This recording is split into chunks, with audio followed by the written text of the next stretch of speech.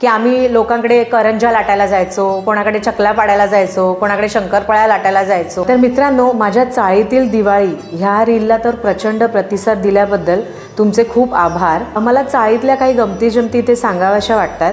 पूर्वी आपण खूप फराळ करायचो, 1-1, 2-2 किलोचा फराळ करायचो आणि आता तो पाव किलोवरती आलेला आहे। आपण फराळ वाटायचो आणि फराळ करताना आपण एकमेकांकडे जाऊन फराळ पण करायचो, मदत करायचो एकमेकांना। बोलता बोलताना कधी फराळ होऊन जायचा, 1 किलो झाला की 2 किलो झाला हे कळायचं नाही।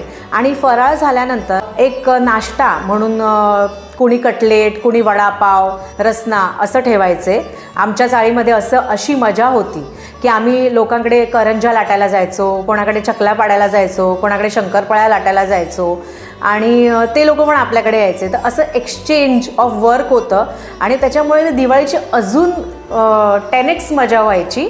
तर आता ती गोष्ट आपण फ्लॅटमध्ये असल्या कारणाने ती राहिली नाही आहे। तर आता मी स्वतः मोजून 15 करंज्या, 25 लाडू असं फक्त आमच्या दोघांसाठी केलं आणि ते देण्याची जी पद्धत आहे ती अजूनही काही लोक पाळतात, पण आता तेवढ्या प्रमाणात वर्किंग असल्यामुळे होत नाही। आणि अजून एक अशी गोष्ट आहे की आमच्याकडे रांगोळ्या, ज्या टिपक्यांच्या आपल्या पूर्वीपारच्या ज्या रांगोळ्या आहे त्या सगळीजणं काढायच्या, त्याची स्पर्धा असायच्या आणि सगळीजणं एकमेकांकडे कलर मागायला जायचे। कोणाकडे कमी पडला तर आपण द्यायचं। आणि मी लहान असताना मला खूप क्रेज होता रांगोळीचं, तर मी माझ्या घरचा गेरू सारवायची आणि माझ्या आजीच्याही घरचा गेरू सारवायची। तर माझ्या चाळीतले सगळीजणं म्हणत आमच्या सगळ्यांच्या दारातला तू गेरू सारव।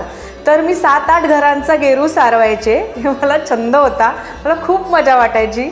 आणि मग रांगोळी झाल्यानंतर ते सांगायची की अरे हिने गेरू सारवला करून, ती एक वेगळी मजा होती। अशा खूप मजा आम्ही चाळीत असताना केल्या।